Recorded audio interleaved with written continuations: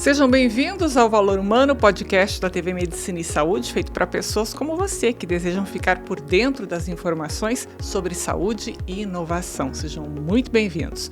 Hoje o meu convidado é o médico oftalmologista César Shiratori, diretor financeiro do Hospital de Olhos de Cascavel. Tudo bem, doutor César? Seja muito bem-vindo. Obrigado, Soraya. É um prazer estar aqui com você. Que bacana. Finalmente, né, Finalmente doutor? Conseguimos, né? Vamos falar um pouquinho da tua área, né, da tua especialidade. Doutor, eu queria iniciar, tem um dado aqui da Demografia Médica no Brasil 2023, dizendo que a oftalmologia é a 9ª especialidade com o maior número de profissionais, 17.967 médicos. Atrás de clínica médica, pediatria, cirurgia geral, ginecologia, obstetrícia, anestesiologia, ortopedia, traumatologia, medicina do trabalho e cardiologia. Eu acredito que esses dados sejam os mais recentes, né? O que te levou a escolher a oftalmologia como carreira? Eu sempre tive afinidade com oftalmologia desde criança, porque eu usava óculos desde criança, né? Então, eu sempre fui ao oftalmologista, fazer minhas consultas de rotina, e aquela dinâmica me fascinava, principalmente os equipamentos, né? E, assim, quando eu decidi que faria medicina, ainda não tinha escolhido a oftalmologia, mas o destino colocou o professor de oftalmologia, o chefe da cadeira de oftalmologia da Unesp, no meu caminho. E logo no primeiro ano eu já conheci esse médico, que é o Dr. Milton Ida, e ele fez um trabalho e colocou os alunos do primeiro ano para fazer a triagem visual nas escolas. Certo. E eu me voluntariei. Então, eu já comecei a ter contato com a oftalmologia na faculdade de medicina desde o primeiro ano da faculdade. E foi muito legal porque a gente acompanhou, eu acompanhei a oftalmologia, esse grupo que nós montamos, durante toda a faculdade. Mas eu passei em todas as outras especialidades, gostei de algumas áreas, principalmente cirúrgicas, mas não gostava, por exemplo, de uma cirurgia gastro, que ficava lá 10, 12 horas em pé. Isso não era para mim, é muito extensa, eu não gostava disso. E a cirurgia oftalmológica sempre foi uma cirurgia de detalhe, cirurgias relativamente rápidas. Então, isso me atraiu bastante. E como eu já tive contato desde o começo da faculdade com a oftalmologia, isso foi me atraindo cada vez mais. E aí, no 6º ano, que a gente optava pela residência médica, acabei ficando entre dermatologia e oftalmologia, que eram duas áreas que tinham muito procedimento. Mas eu gostava mesmo desde sempre dos olhos e optei por esta área. Chega um ponto em que o médico tem que fazer a sua opção, né? Verdade. Você é de Londrina? De Londrina, Sim, a minha né? família é de Londrina. Mas você fez o EL? Como é que foi? Não, eu fiz a faculdade em São Paulo, na Unesp, em Botucatu. Aí eu saí de casa com 17 anos, né? Passei do 3º ano do ensino médio, que hoje, na nossa época, era colegial, né? Agora é o ensino médio. Então, eu saí do ensino médio e já passei na faculdade. Muito bom. E fui morar fora. É isso aí, né? Bateu asas. Doutor, e como é que foi a sua trajetória profissional até chegar ao Hospital de Olhos de Cascavel, que hoje é uma potência, é uma referência muito forte, não só na região oeste do Paraná, acho que para o estado todo, né? Qual que é a sua história com o Hospital de Olhos? Então, assim, eu fiz a minha residência em oftalmologia lá em Botucatu mesmo, e lá eu fiz a minha especialização em cirurgia de catarata e glaucoma. E no último ano da residência, a professora, que era a chefe da oftalmologia na época, ela conhecia aqui o Dr. Pedro Paulo Fabre. Ah, certo. Então, ela me indicou para ele, eu comecei, conheci a cidade, gostei muito, a cidade me impressionou bastante pela pujança, né? Já era uma cidade muito desenvolvida e eu gostaria de voltar mesmo para o Paraná. Isso foi em que ano? Foi em 2001. 2001. Então, eu vim para cá em 2001, comecei trabalhando com o Dr. Pedro Paulo, fiquei com ele lá em torno de 1 ano e meio. Nossa, aprendi muito com ele, tenho Sabe muito que eu fiz a agradecer uma cirurgia com ele, né, da miopia. E ele é uma sumidade, né, uma pessoa muito conhecida na área oftalmológica, um cirurgião, assim, de mão cheia. Eu tenho muito a agradecer a ele, porque aprendi muito com ele nesse 1 ano e meio que eu fiquei com ele lá. Bacana. Mas aí depois me convidaram para ser sócio no Hospital de Olhos, né? E era uma estrutura que estava crescendo bastante, com vários médicos já. Na época nós estávamos em 4, eu fui o 5º médico a entrar lá em 2002, né? E aí fui seguindo a minha carreira. Daí lá eu me especializei mais em cirurgia de catarata e cirurgia refrativa, que é a correção de graus a laser. Então eu me dediquei mais nesta área. Tá certo. Então, há 22 anos praticamente que eu estou aqui em Cascavel. E aí vocês foram inovando, né? Foram Isso. transformando completamente o Hospital de Olhos, né? Quais são os avanços mais significativos que você presenciou e participou na área da Sim. oftalmologia ao longo desse tempo? Na época, quando eu cheguei aqui em Cascavel, uma coisa que era no Brasil todo, a fila de transplantes. Isso era uma coisa muito carente mesmo, porque a pessoa que precisava de um transplante ficava às vezes 5, 6 anos na fila, porque não tinham serviços que fizessem a coleta de córneas. Então, como eu vim para cá e já é um serviço que nós tínhamos lá em São Paulo, eu me propus a tomar a frente e começar o banco de olhos aqui em Cascavel. Então, o início foi bem difícil, tinha que organizar muita documentação, as documentações todas, né? Então, eu me propus a fazer isso. Fui para Sorocaba, trouxe todo o sistema do banco de olhos de Sorocaba para cá, e implantamos aqui no decorrer dos anos. Essa foi uma coisa assim que hoje eu me orgulho muito de ter participado, porque isso zerou a fila de transplantes em Cascavel, e hoje nós somos o maior fornecedor de córneas para o estado do Paraná inteiro. Incrível. Isso alavancou muito as cirurgias de transplante de córnea, né? Hoje nós somos os maiores transplantadores do Paraná, né? Então, isso é uma coisa muito legal que eu participei bastante mesmo, dentro da diretoria, participei da Associação Pan-Americana de Banco de Olhos, fui vice-presidente por 2 gestões, né? Participei bastante mesmo, câmaras técnicas em Curitiba, em Brasília.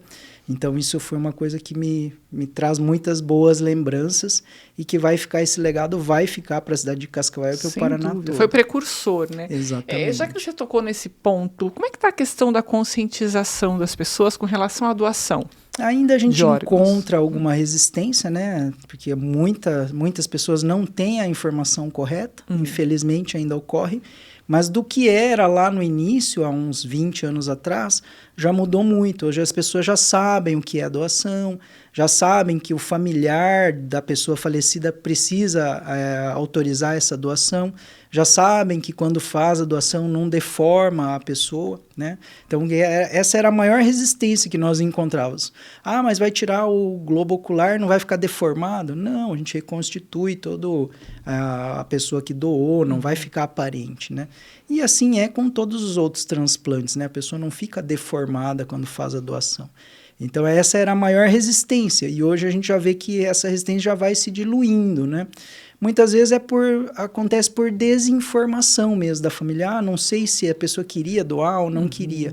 Por isso, a gente reforça cada vez mais que as pessoas que queiram ser doadoras comuniquem à família em vida.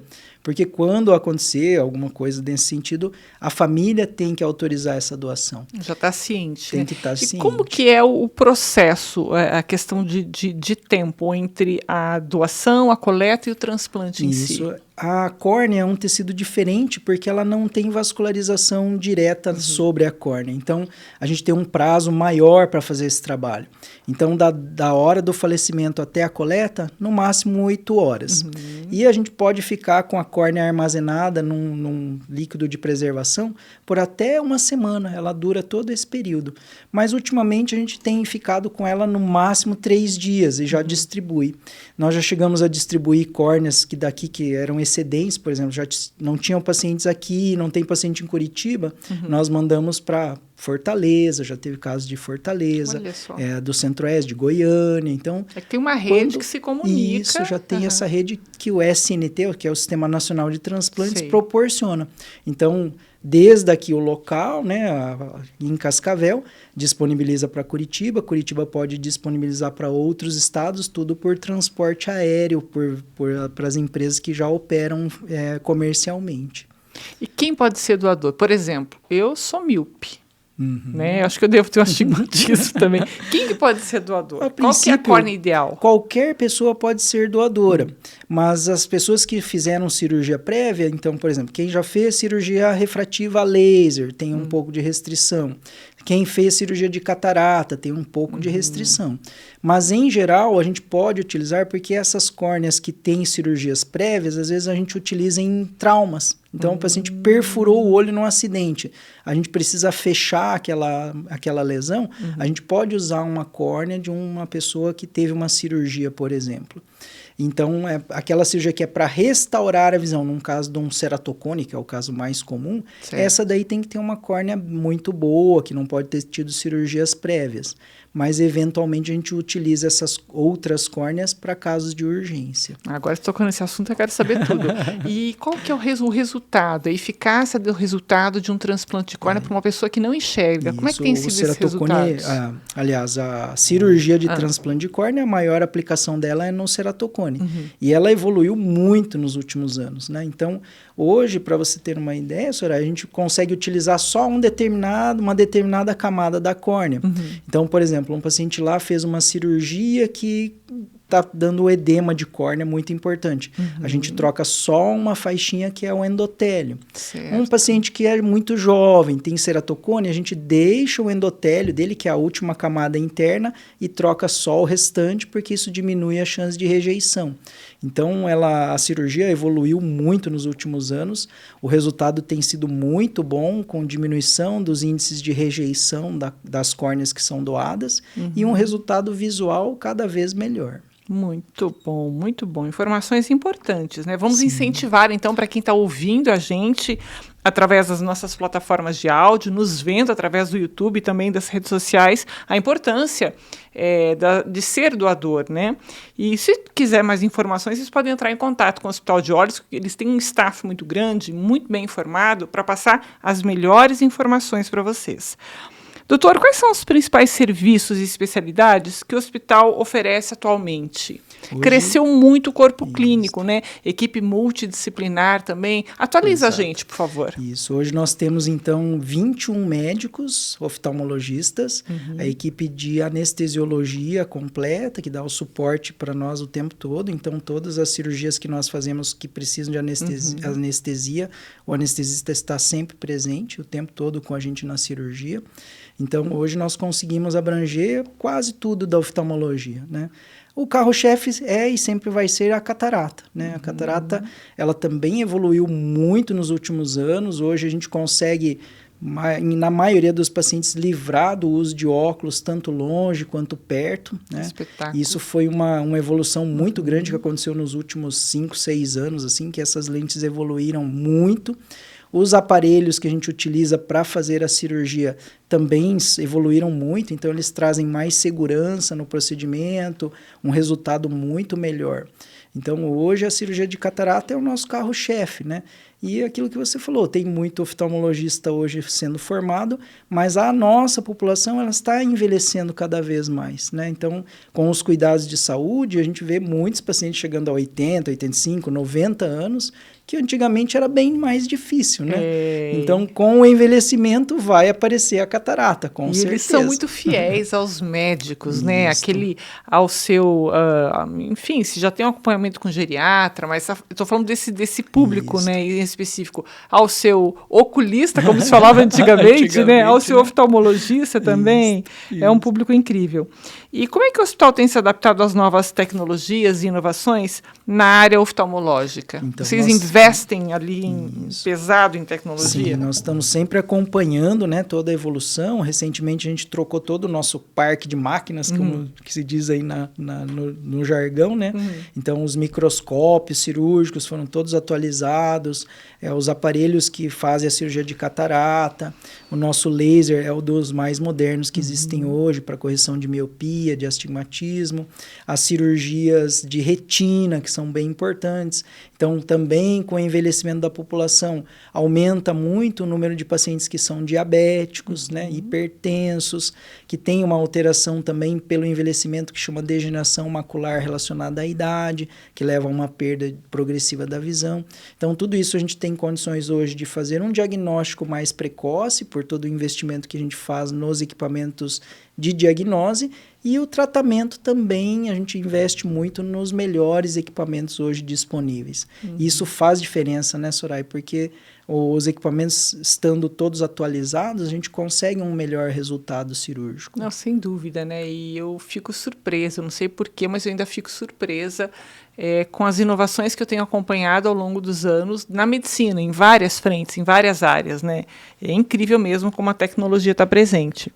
E como é que foi o processo? Agora, a gente estava comentando antes, né, sobre a questão da acreditação ONA, que veio, acho que foi ali na época da pandemia, que veio essa necessidade dessa certificação, desse rigor maior nessas questões sanitárias, né, na área da saúde. Como é que foi o processo de acreditação da ONA?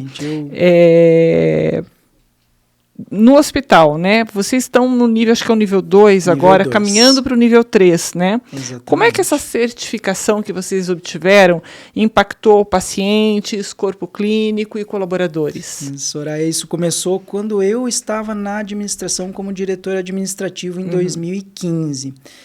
Eu fui para um congresso médico hospitalar e aí essa reunião aconteceu lá em Curitiba e mostraram para nós a importância. Então, nós compramos a ideia, começamos a investir em todo o processo de acreditação que traz muito mais segurança ao paciente. Então, ela traz para nós assim, uma normatização, né? Isso diminui a chance de cometermos erros durante o processo, seja ele de indicação, de realização da cirurgia, e hoje nós estamos no nível 2, caminhando para o nível 3. Isso mostra que a parte de assistência ao paciente está toda organizada e que agora nós estamos partindo, como a Gastro também já fez, né? Partindo para o nível de excelência na gestão. Então, isso traz economia de insumos, de materiais, sustentabilidade, né? Menor consumo de produtos, e isso traz as suas repercussões em termos de eficiência para o serviço. E ocasiona uma maturidade também, é uma coisa que eu percebi ali no Centro Médico Gastroclínica, eu acompanhei o processo de acreditação. E a gente percebeu que ocasiona uma maturidade em todos os níveis, né? Desde o pessoal do apoio, da limpeza, todos se envolvem, né? Até chegar na direção da instituição, quer dizer, mexe com todo mundo, repensado uma série de coisas, né? Por mais excelência que você já tem no atendimento e no serviço, você se obriga a superar, a se auto-superar, né? Isso que é interessante no processo da ONA. O que eu vi no decorrer de todos esses anos, a gente achava que nós éramos um serviço extremamente organizado, e já era realmente, mas quando a gente coloca o patamar mais acima, a gente vê que a gente pode melhorar em várias coisas, e isso que a gente foi fazendo ao longo do tempo, né? Achando ali as coisas que não estavam boas e melhorando, e o que estava bom melhorando mais ainda, para chegar naquele nível de excelência. E isso traduz mesmo em eficiência, né? Então, eu acho que é um processo que envolve desde a diretoria, o dono da clínica, do hospital, até o colaborador lá que está no dia a dia mesmo. E se não ocorrer esse envolvimento, não tem o resultado, né? Então, eu acho que isso aí é o mais importante de tudo. Muito bom, muito bom. E é importante que os pacientes conheçam esse processo todo, né? Muita gente fica à margem de tudo, nem sabe o que está acontecendo, tudo que foi investido, tudo que foi trabalhado, as noites de sono que foram perdidas para que isso, né? Para que se entregue o melhor para eles, né? Doutor César, como é que a gente pode prevenir os problemas da visão?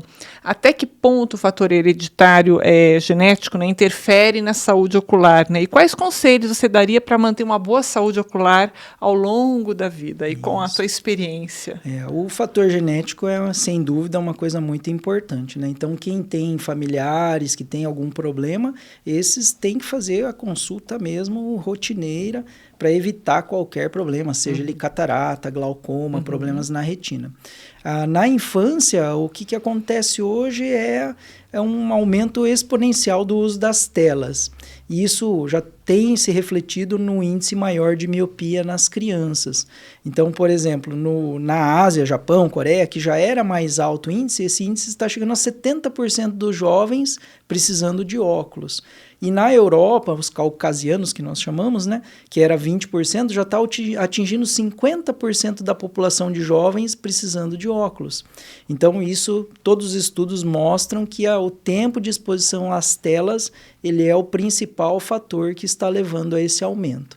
Então, nós temos já vários trabalhos, temos já protocolos e rotinas implantados para evitar que ocorra essa progressão do grau. Então, hoje a gente vê que realmente que está aumentando. Nós temos 2 oftalmopediatras que trabalham conosco hoje, e elas têm já todo o protocolo já estabilizado e já feito para que evite esse aumento tão grande do grau, né? E na idade adulta é principalmente a catarata mesmo, né? Então, a catarata é uma causa de baixa de visão, e hoje quanto mais cedo a gente consegue detectar e interceder nela, melhor vai ser o resultado. Antigamente tinha que se esperar a catarata amadurecer para operar, era assim. E hoje não, hoje a gente já pede para o paciente não deixar a catarata amadurecer. Ela vai ficar mais difícil, mudou totalmente. É muito diferente do que era há 20 anos atrás, né? Então, esse conceito hoje, a gente tem tentado mudar nos pacientes mesmo. Faça a sua consulta de rotina e quanto mais cedo interceder, melhor vai ser o resultado. Você falou aí da questão da exposição, do uso de telas, né? Eu gosto muito de, volta e meia, voltar e falar um pouquinho da pandemia, da nossa época de pandemia. Eu falo que é uma época que a gente não pode esquecer, né? Porque a gente aprendeu muito e a gente tem facilidade de esquecer das coisas. Para a gente, é como se aquilo não fizesse mais parte da vida, e fez, e a gente aprendeu com isso, né? A exemplo da saúde mental e de doenças crônicas, né, que tiveram um impacto muito forte com relação àquela época, como a saúde ocular ela foi bastante impactada também, justamente porque nós ficamos muito mais tempo em frente às telas, né, principalmente as crianças. Vocês sentiram isso na oftalmologia? Sentimos muito, Soraya, exatamente isso, né? Então, aquela fase do isolamento, todo mundo pegou mais o celular, assistia mais TV, ficava mais recolhido, e muitos pacientes deixaram de fazer os seus exames de rotina. Então, foram 2, 3 anos ali que pacientes, às vezes, que tinham já problemas, deixaram de fazer os acompanhamentos e vieram 2, 3 anos depois com o seu problema agravado. Então, a gente demorou um bom tempo para regularizar isso. Agora que parece que está entrando novamente nos eixos, né? Mas mesmo assim, a gente pega muito pacientes que estavam sempre acompanhando, que ficaram agora 4, 5 anos sem vir. E isso traz um impacto negativo muito grande, né? Porque a doença avança, os problemas pioram, e aí é muito mais difícil de resolver, né?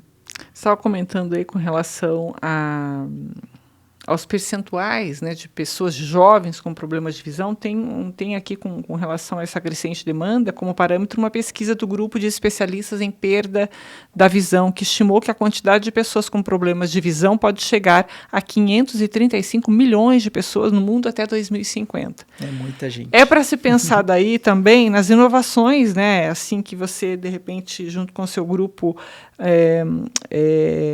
acredita que vai acontecer, como impacto na oftalmologia nos próximos anos. O que pode acontecer? Nós vemos a robótica hoje em diversas frentes. Na oftalmologia também, vocês já estão preparados, estão pensando nisso? Hoje os nossos equipamentos, alguns já têm a cirurgia 3D, né? Então, o que acontece? Hoje a gente tem que, para operar, olhar diretamente na ocular do microscópio. E algumas cirurgias, elas se beneficiam da tecnologia 3D como se fosse aquele óculos virtual de um videogame. Porque ela dá profundidade de visão. A gente, no microscópio, tem que focalizar um determinado ponto e a gente só vai ter o foco naquele ponto.